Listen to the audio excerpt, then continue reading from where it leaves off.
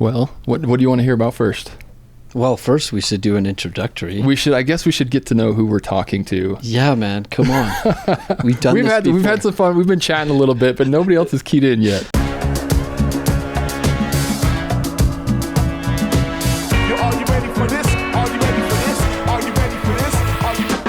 I think it's good. Let us know. What are we doing today, Tyler? Well, today we've are privileged to have Kacie, is it Doyle-Delgado, right? Yes. Nurse practitioner, and you're in the endocrinology space, is that correct?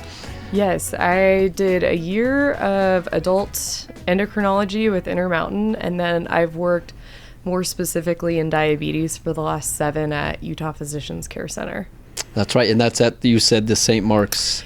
Yeah, so Hospital. We're based at St. Mark's. I used to do a little bit of inpatient over at St. Mark's. My partner in clinic, James Chamberlain, was their director of diabetes for about 14 years. But HCA, kind of as a corporation, cut a lot of their diabetes service line, including all of our diabetes educators. So we were pretty sad about that. Wow. Oh, wow. Yeah. So... You know, that's interesting that you bring that up, because one of the other major hospitals here in Utah County, when I worked the floor, we had a diabetes. The hospitalists would have like a diabetes, or excuse me, there was the hospitalists, and then they had the diabetes management team. Yeah. And they took that away from them, and they put it all back on the hospitalists. Yeah. And then the hospitals, of course, want to push to the admitting physicians to try to manage it. And I really liked having a diabetes specialist, like somebody who could really hone in on this when they're inpatient managing their blood glucose. So. Yeah, and I'll be honest, you got to fight for your specialty a little bit here, because we had a guest. I'm not going to name names, but his name is Scott Bramble, and he's in general surgery, and he told us the cool thing he loves about his job is immediately helping somebody. Somebody comes in with appendicitis, and they walk out the next day and they're better. Yeah. And he says that's hard to compare to something like diabetes management, where it's just chronic. You're treating numbers, and it takes a long time to see benefits. So I'm excited to hear, what do you love about your space, and tell us a little bit about endocrinology.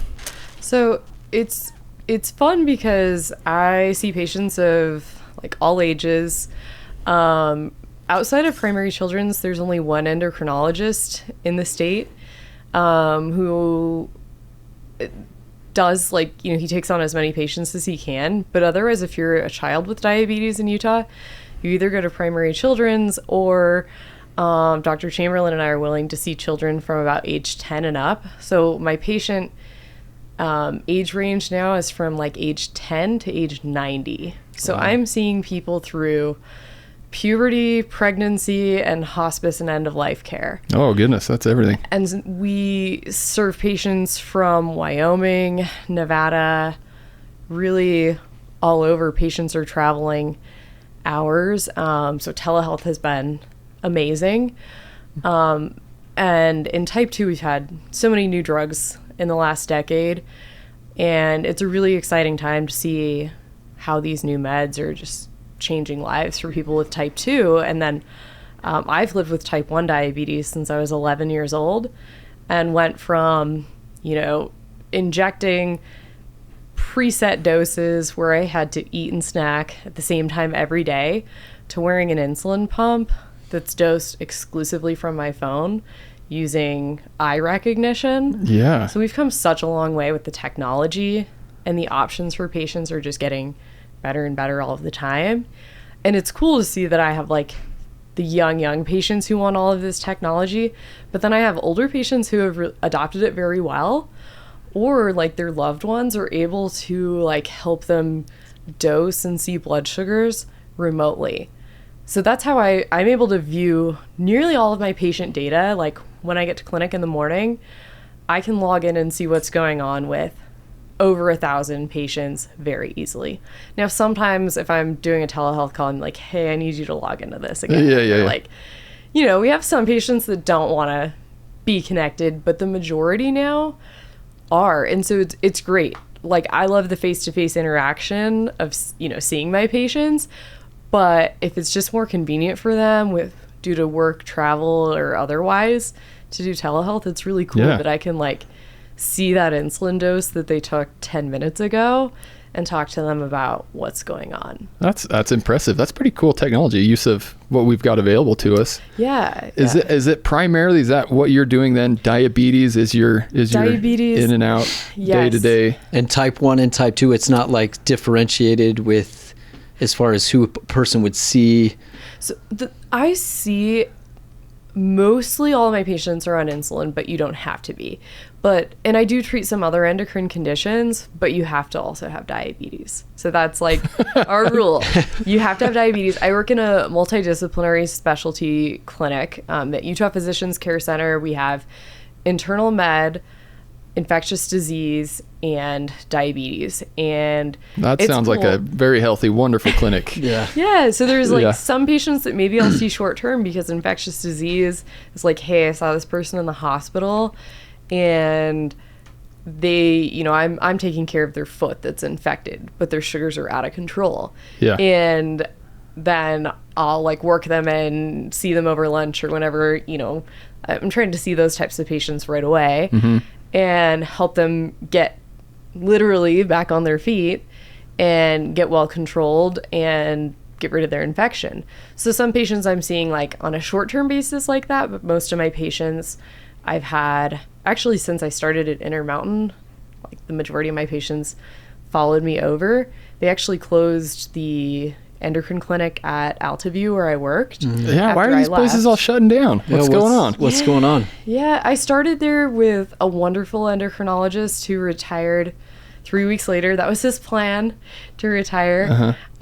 His name was Richard Cannon, and he was a great mentor in the brief time that I spent for 3 weeks. With him. He 21 called days. me at home. It was one of those things like I applied for this job and it said minimum 5 years experience. And I hadn't even taken boards yet. I'm like, I want to work. Throw your name out there. Yeah, might as well. I'm just applying. Yeah. And I got a call from an unknown number. It was like, hey, my name is Richard Cannon. I'm an endocrinologist. I think you'd be a great fit for this. Like before I had heard from Intermountain. So that was really cool to be contacted where I thought I didn't stand a chance. I thought I'm going to have to like work in some other area that I'm not interested in first because I've known since I was 11, like since I was diagnosed in the hospital, that I was going to work in diabetes. Yeah. Like that was never not part of my plan. But based on job availability, you never quite know like if you'll get into your desired area immediately. Yeah. And in school, I spent as much time in diabetes and endocrine as possible. Like I did primary children's rotations, University of Utah, like to the extent where my professors had said, you have to have enough hours in family practice. I'm like, that's fine. I'll just do extra hours in what I want to do because I knew like I couldn't be swayed to. That's impressive. Yeah. So I lucked out with getting to start in endocrine from day one. And then when I moved over to Utah Physicians Care Center, Dr. Chamberlain at the time, had the biggest type 1 practice in the state and the biggest just like diabetes only practice. And he needed somebody to help him with just his patient load. And the group had talked to me about like, we're going to have to do a lot of internal med because you'll have a lot of like open slots and time on your hand. I never had an open slot for my entire first year there. Like, so the demand is there. The demand is the need is in the community. But yet they're still shutting places down. Yeah. I want to switch gears for a minute. I want to talk about your personal experience having type 1 diabetes and just, what symptoms did you present with? Like, what were some of the red flag things? I think it's important for our listeners to be aware, especially other providers in other specialties, because they may end up seeing a patient where there's suspicion here and obviously not have all the resources readily available to test and diagnose and things like that. So I'm interested to hear your story. And I guess, and to go along with that, lessons learned on the patient side of things, having experienced it. Yeah, absolutely. No, I had no family history of diabetes at all at the time. I had been getting sicker and sicker, just like weak and tired. I kept losing weight. I was really thirsty and I was peeing constantly. But no, I didn't know what was going on. And I was kind of embarrassed, like that I was so thirsty all the time and peeing multiple times an hour. And at that age, you're probably not likely to just disclose all of this to your parents. Like, no. You kind of just like ride the wave a little bit of Yeah. like, yeah, I'm probably fine. Maybe it's a sickness or an illness that'll come and go. So Yeah, and this was like over the summer. I'm from Sacramento, so it can be over 110 degrees. So like, yes, I knew I was thirsty and peeing a lot, but like as a kid, when you're outside in Sacramento summer, like you expect it's so hot. Yeah. You expect to be dehydrated. Yeah. Yeah. Like I knew something was wrong, but my parents took me to the doctor, and they took me to the pediatrician, like 3 different pediatricians. Nobody caught this. Wow. No one did a single blood or urine test. So I urge all providers listening, like, See, Lesson learned. like Yeah. providers are afraid to poke kids, but if you would have done a BMP, a CMP, or a glucose, or a basic urinalysis, you would have known You that would I have had caught type 1 something. Yeah. diabetes. So it was actually, eventually they told my parents, well, she's losing weight because like she wants to do this. You know, she's almost getting into those like middle school years where we see this, like girls want to be small. oh Because wow. I made a comment that like, when I eat, I get so sick I throw up, which is a sign of diabetic ketoacidosis. Yeah. Right? Yeah. Like, But we all know this, people but could- parents don't know this. Like, if you Yeah. don't have a family history, you just don't know. And so this was the day I was diagnosed. I was in the ER waiting for hours and hours, just sitting there like throwing up, so sick. I told my parents, I want to go home. Like, I'm miserable and nobody's like doing anything. So we went home. I went into a coma, and my parents called the ambulance, and the paramedics got there, and they said, how often does she do this? My parents said, what are you talking about? And they said, go into DKA. Like, what? Yeah. What's DKA? They could smell it on my breath. They could smell the Wow. ketones. And they're like, how long has she had diabetes? So my parents told them, she doesn't. I'm like, So it was the Okay. paramedics the that, paramedics knew immediately. oh my Yeah. gosh. Yeah. They're kind of more, I guess, experts and more experienced in having to deal with these situations really where high and it's low. yep, and pretty straightforward that they're not afraid to poke a kid when they need to. Yeah. And I was so dehydrated, like they couldn't, this was back in 2001, and so you had to get like a hanging drop of blood from the meter. Yeah. And I was so dehydrated they couldn't get that, but Yeah. my glucose upon admission was 1,276. Oh my goodness. I had, they stabilized me in one ER, and then I was transported to an ICU. What did you say? Hospital. 1,000 what? 276. 1,200. Yeah, so it's Oh one of the my highest goodness. sugars I've ever heard of, even though this is like all I do. But I knew I had been sick for a really long time. I'd been losing a ton of weight. But again, I think people are afraid to poke kids. And so, they're getting the history of things. But again, like, Sometimes we justify or we try to make excuses, just Yeah. like you alluded to, Yeah. of like reasons why X, Y, or Z would like, be is this happening. an eating disorder? And that was like Yeah. definitely the path they were going down. And yeah, to me, when I hear my story, I'm like, that's so classic. Like Yeah. drinking. Yeah, the polys. Yeah, like they're all there. But I think when it comes down to it, oftentimes people are like, okay, well, if this continues, like they'll come back in. But if you just even do a urine on Yeah. kids, if you have any degree of suspicion, and kids aren't going to fight Yep. you on that, Yeah. and it's so easy, and most everyone now too, like, I get it, it's been 24 years, so everybody has like the point of care glucose meters and A1Cs in a lot of offices now too, to know. But I still see it misdiagnosed in adults with type 1 so often. Really? And so I think people assume that if you're over 18 that you're not getting type 1, and more than half the cases of new diabetes now are in adults. Interesting. And so I see so many patients that are mislabeled as type 2, and people will do well oftentimes, like new onset type 2 adults on oral meds, and then suddenly like nothing works, and it's because their beta cells are Not burned out, they're not producing insulin. and so the metformin that worked initially and and like lifestyle changes, it's just not enough. And now their A1C is 11 and they're like, what do I do? And so I see You go those see patients. Kacie. That's what you do. Yeah, I check their antibodies and their C-peptide. And Do you think the opposite is true in that are we seeing more and more type 2 diabetes in our younger population? Yes. Is that true to say? Is that fair to say? It seems like it is. Absolutely.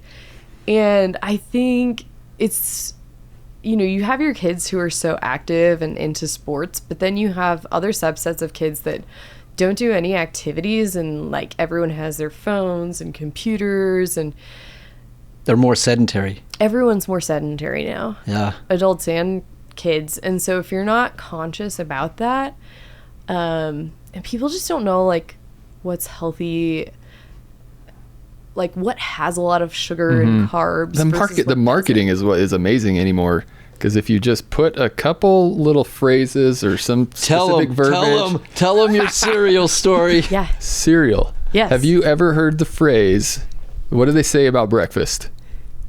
It's the most important meal of the day. Exactly.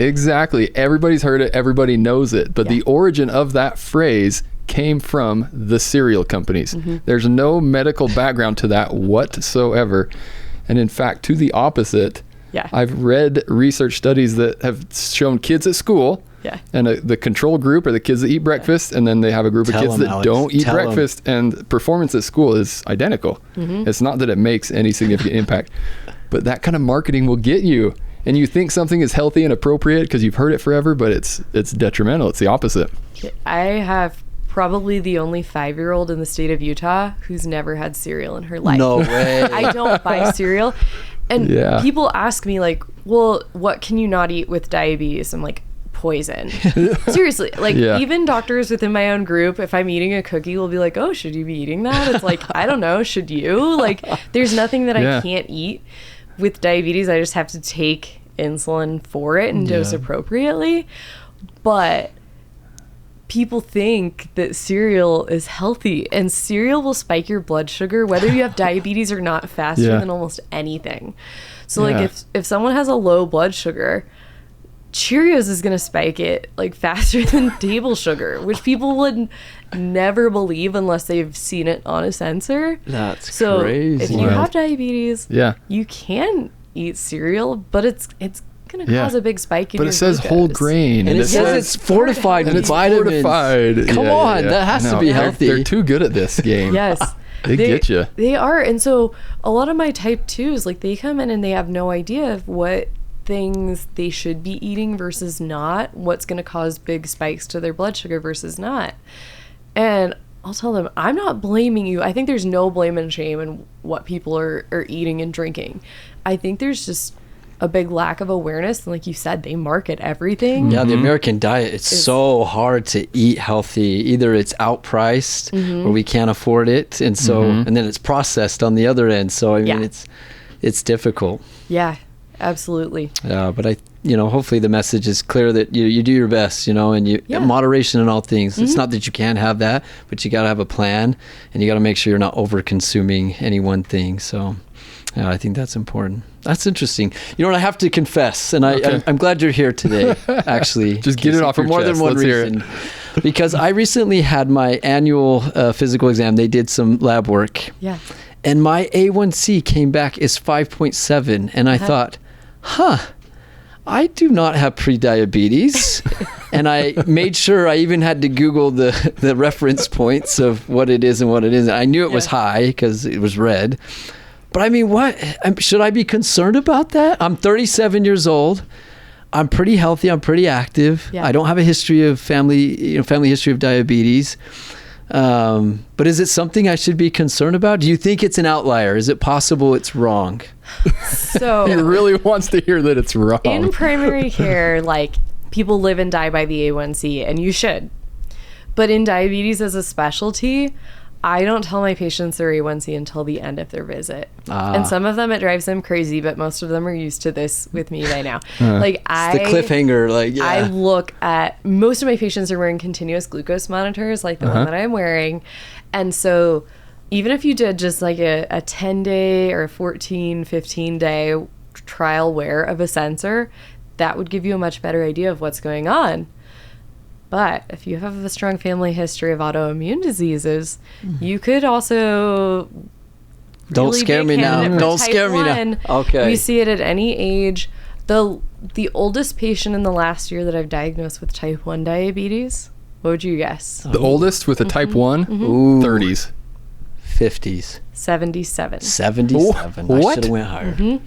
That's He was crazy. shocked, and honestly, at that age, I kind of thought, well, okay, let me, like, I saw this referral case, and we, like, have just barely started taking on new patients. Like, for 7 years, we've hardly taken any new patients. Maybe, like, some family members of current patients, but our practices have been closed and full, and I saw this referral come through, I'm like, 77, new onset type 1, like, No what? way. And I go through the labs and I'm talking to the patient, and he has 2 family members that are physicians that ordered the appropriate labs, and it's absolutely new onset type 1. Wow. So, like, it can happen at any age, and you don't have to have a family history. Like, now So to this day, most of my family has type 2, including immediate family, but nobody else has type 1. I have, like, a very distant cousin with type 1, but it can happen anytime. And when I'm looking at you know, Oh, just saying, I would do a she's sensor analyzing. trial. But Okay, all right. I'm not worried I about can handle it. pre-diabetes type 2. There's a lot of people, though, that will have, like, a higher A1C than they should, or a lower A1C than they should. Okay. Because it's all based on the hemoglobin lifespan, and so it's not something that you should be super worried about. But I was going to say, because my fasting glucose that day was 88, and the Yeah. one before that I had it tested, I was in the 70s. So Did you have your starry that day? I did not have my starry. That's a whole nother story. Yeah. Don't give me a starry. I might. We go to this fancy upscale restaurant, and the guy tells the waiter he wants a starry. You know what a starry is? Isn't it like the? It's like a knockoff Sprite. The little Yeah. kids drink. It's yeah. a little kid's drink. I get guff for it all the time. Okay. Yeah, but I was drinking it and having a grand old time, and I think some of the others had some adult beverages and things like that, but I was happy with my starry drink, Starry. all right? Yeah.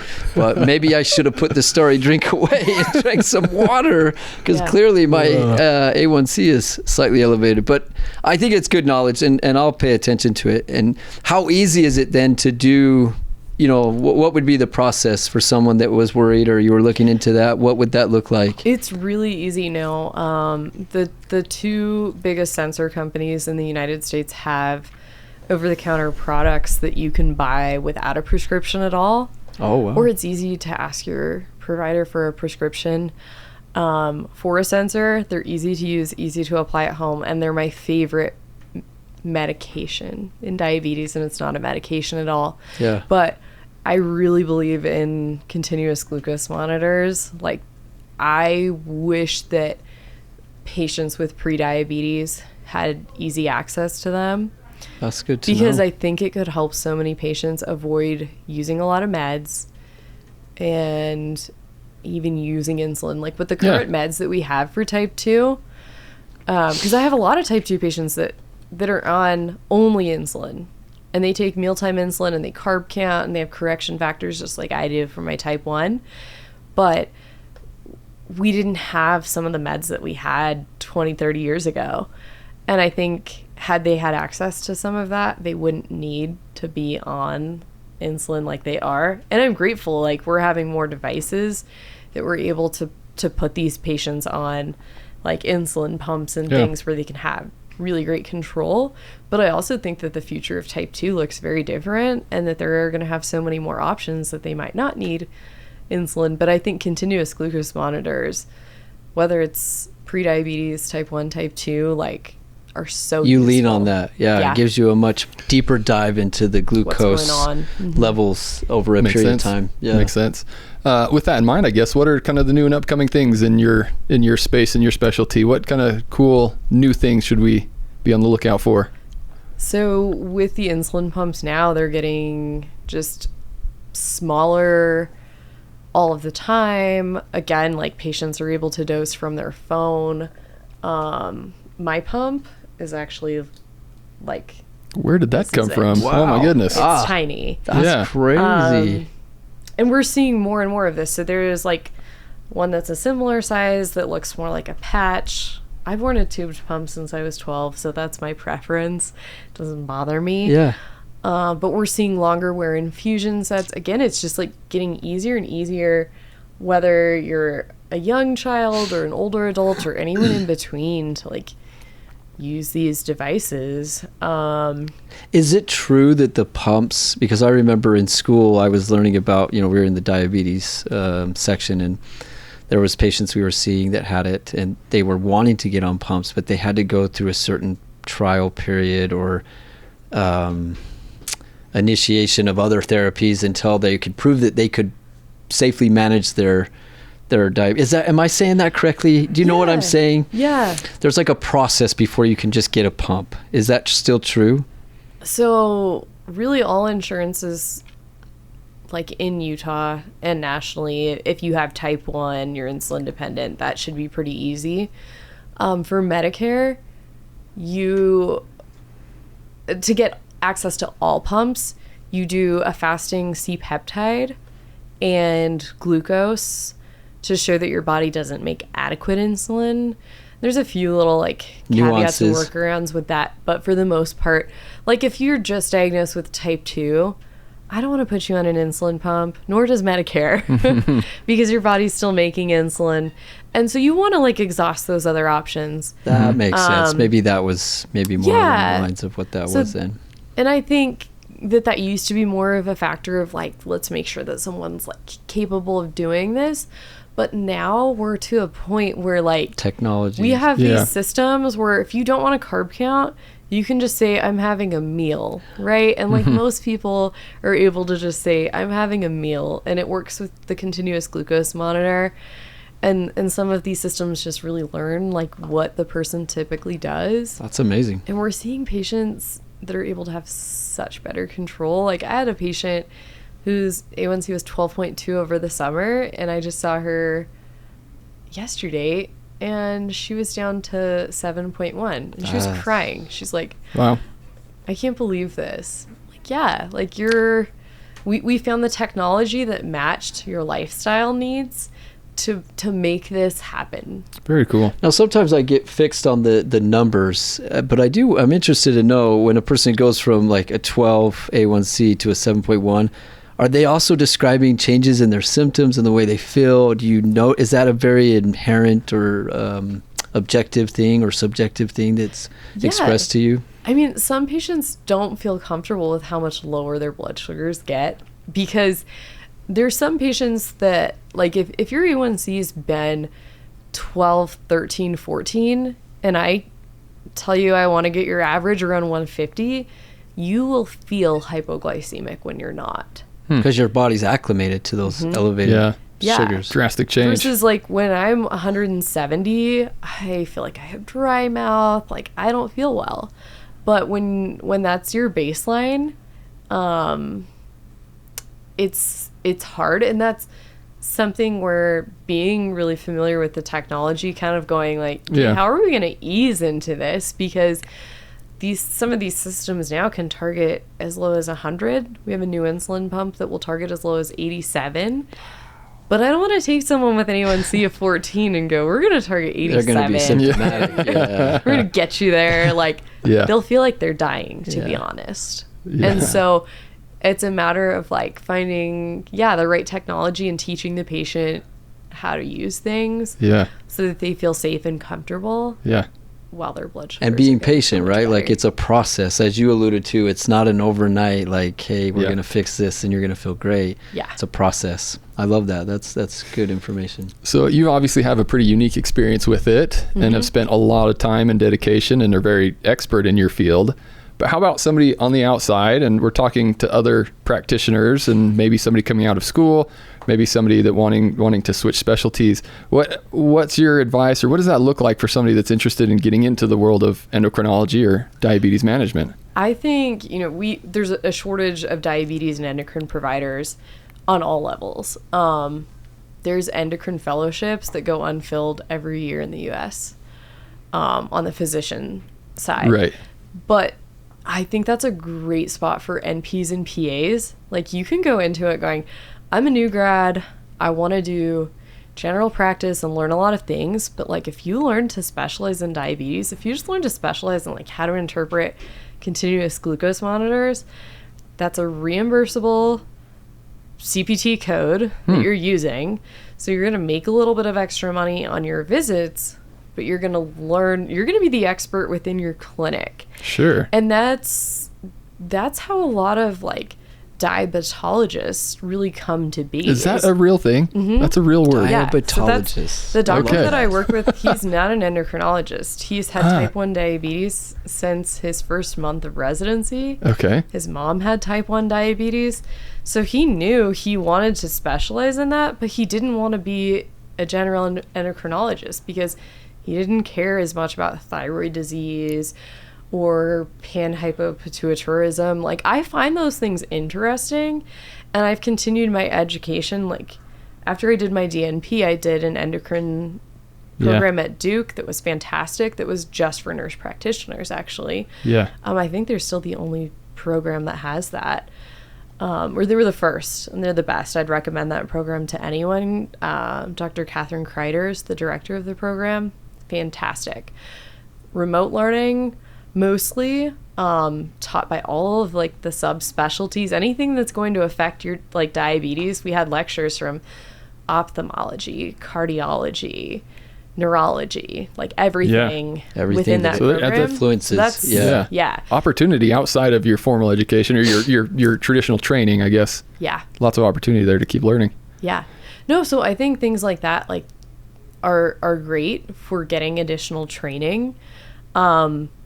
But then, yeah, if you're able, like while you're in school, if you have an interest in diabetes, just because you like maybe want something where you're like, I want to do general care, but I want to have like a specialty kind of within that.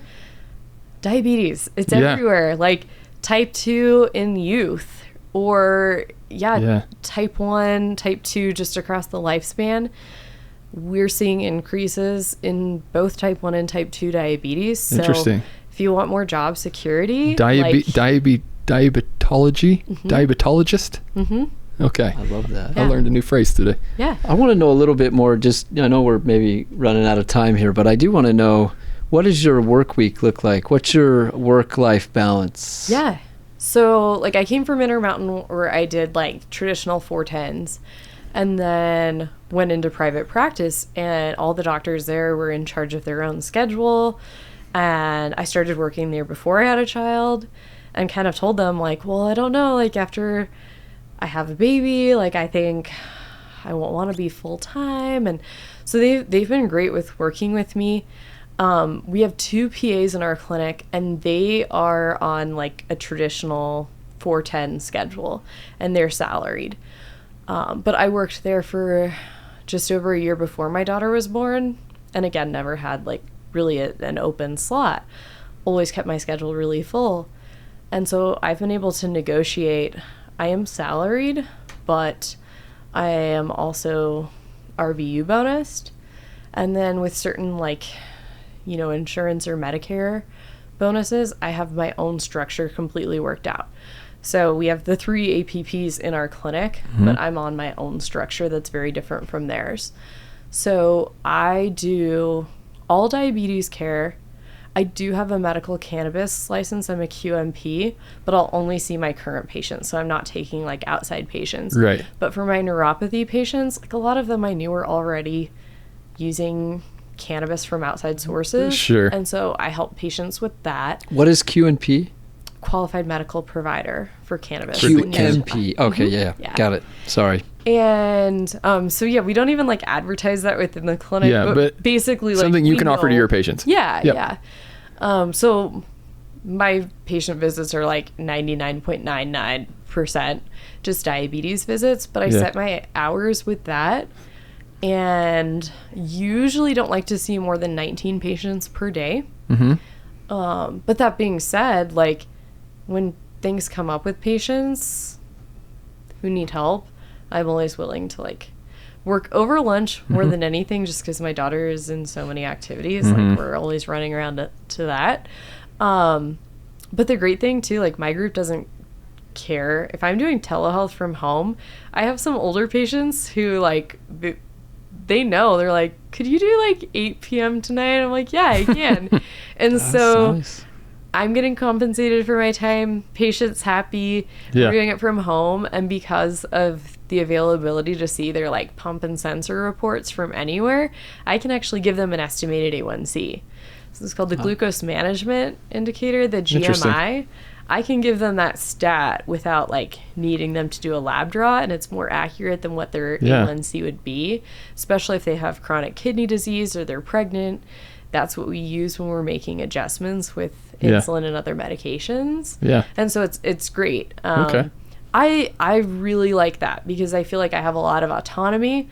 I tend to work less over the summer because my daughter's 5.5 now, and like It's only going to get busier as she gets older. So yeah, I get that. And so like I do spend more time with her over the summer at home, but you know, I usually work like Monday, Tuesday, Thursday, and then Fridays are kind of like flex days where do I do telehealth from home, or like some Fridays I'm in office. So I like that I have control over that. I'm never in clinic on Wednesdays, but if a patient's having an issue, like almost all of our patients have our emails and most of them have our cell phones. You're always available in some capacity. Like, my work-life balance is not good. All right. But I eat, breathe, sleep diabetes. Like, Yeah. you know, I have... The passion's always there. Yeah. That's like, amazing. my neighbors know what I do, and diabetes is everywhere. So like I have neighbors with diabetes who, you know, like will have a question about things, and so everybody knows like I talk about diabetes all the time. My daughter talks about diabetes all the time. She can apply sensors, like she knows all about that. It's incredible. She comes to diabetes conferences. That's awesome. Yeah, it's Love just that. like So fun. I love your passion for it. No kidding, like, yeah. He lives with type 1, and so like this is what everybody talks about all the time. What an awesome resource you are. That's fantastic. How about as far as the compensation for all of that unhealthy life-work balance? Yeah. No, when I started, I took a pay cut going into private practice from Intermountain, but I think they were kind of like, we don't know how this will work out. I used to manage the Coumadin clinic, which I also like. The Coumadin clinic scares people off. Like most of our doctors, if somebody, our PAs run that now, and if they're out of town, like our doctors aren't super like intrigued to want to cover those patients, but I'm always like, oh, I will, like I already manage insulin, so you're talking about like very narrow therapeutic index. And I still know patients that I managed with that. So yeah, I actually mostly get bonused quarterly. Like my salary is low compared to my total income, but I like that I have the control over that. I also am one to advocate for myself when it comes to that. And so I was one that, you know, our group's been around for over 40 years, and they've typically had nurse practitioners who are on lower salaries. And I know what I bill always. And so I typically keep about 50% of my collections. Wow. So I always know what my collections are. And if I want to make more money, then I see more patients or work more days. Yeah. So I've liked that. You know your worth. Yeah, that's important. Awesome. Yeah.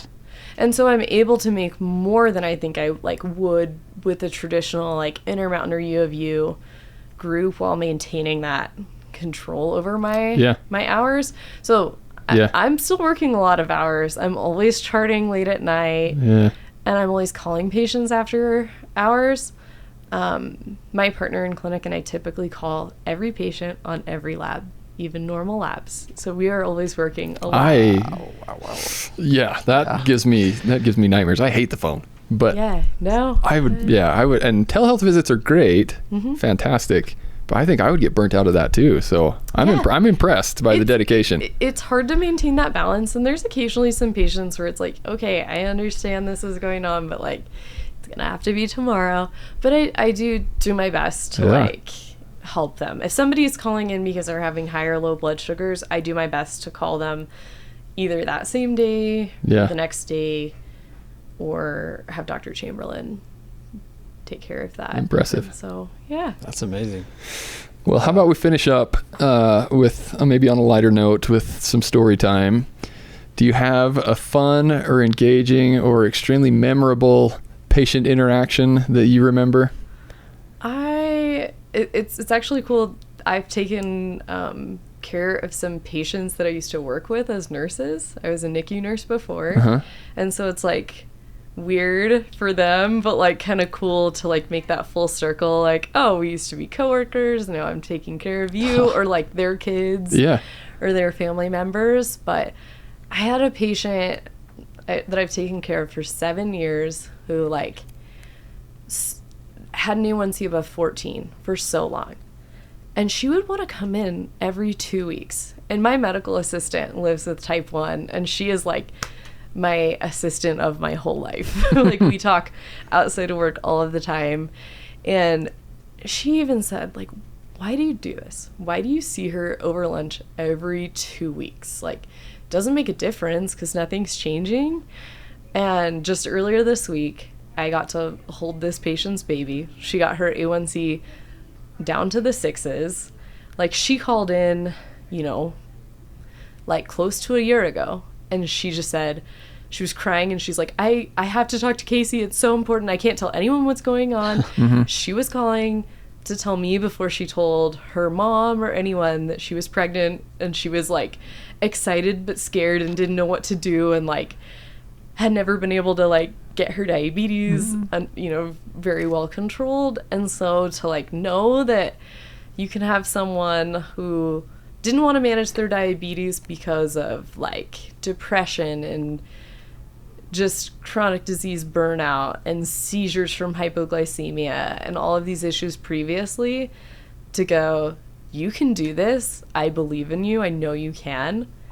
And like see her totally change her life and now have this beautiful, healthy baby that I held for the entire visit, because I am that way. If you have a baby, if you bring your baby or your toddler in, like, they're going to be in my arms or on my lap the whole time. When the patient was checking out, our front office was like, you know, you have to give him back, right? I'm like, okay, I know. But it's really great to see that. Like, that's what I love about diabetes and chronic disease management, is you can do the same thing and have the same message.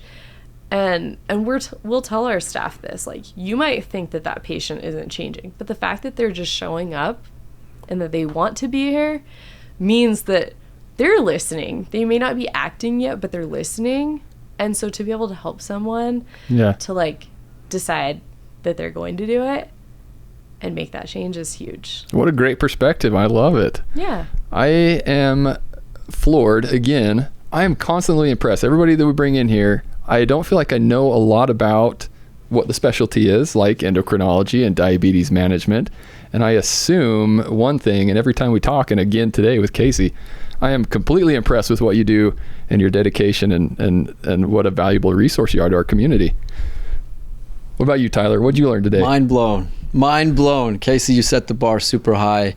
As a fellow nurse practitioner, I'm like, dang, I got to step up my game here a little bit. I think you're doing an awesome job taking care of the community. I've learned a ton. You may have diagnosed me with type 1 diabetes. We're going to follow up with that. We can talk about type 1 screening all you want. Yeah, we'll follow up on that one. I'm hoping that's not the case, but if it is, we'll deal with it. But I think it's awesome. Your world is so fascinating, and it's very complex. It's complex, but also simple in nature. I mean, it's just raising awareness and being educated. And I think we can do, as other providers in the community, I think our due diligence in screening and talking about these things and making sure they have appropriate resources such as you. Not that we'll bombard you with patients. Sounds like that would be tough because your schedule's already full, but it's good to know that we need to continue the conversation, because people in their 70s can be diagnosed with type 1 diabetes. Kids in their youth may have type 2 diabetes or type 1 diabetes that has been not diagnosed. So it's amazing. I think we learned a ton today, and now I have a new resource. When I have questions, I'm going to be reaching out to you if you don't mind. So thanks for coming on the show today. We really appreciate having you. It's been awesome. Absolutely. Thank you. If somebody wanted to follow up with you or had questions or wanted to learn more about what you do, how would somebody reach out to you? I'm on LinkedIn, Kacie Doyle-Delgado. Kacie is Kacie. And then I think I'm the only Kacie Doyle-Delgado out there. Love it. So yeah. And then Utah Physicians Care Center. Dr. Chamberlain and I are taking on some new patients again a little bit now. So that's been kind of fun to meet new people. Well, that's great. Yeah. Our clinic is on social media as well. Through Instagram, it's Summit Brain, Spine, and Orthopedics. Our YouTube channel, Summit Medical Institute. And then we always like seeing people in person. We do an interdisciplinary case presentation rounds discussion Tuesday morning, 7 a.m. at the Mountain Point Hospital. We always want to give a shout out to our production team, Dallin and Amelia. You can't see them, but they're there. Love the hat, dude. Love the hat. Love the hat. Dallin's always got the style. We're looking forward to shows coming up. I think we've got a lot of great guests coming up. Please stick with us. If you've listened, give us some feedback. We want to hear reviews and let us know what's working, what's not working, and who we should get on the show next. Love it. Love it. I appreciate you joining us. This is the Many Minds podcast, where we are encouraging collaborative community healthcare using many minds for better outcomes. We'll see you next time.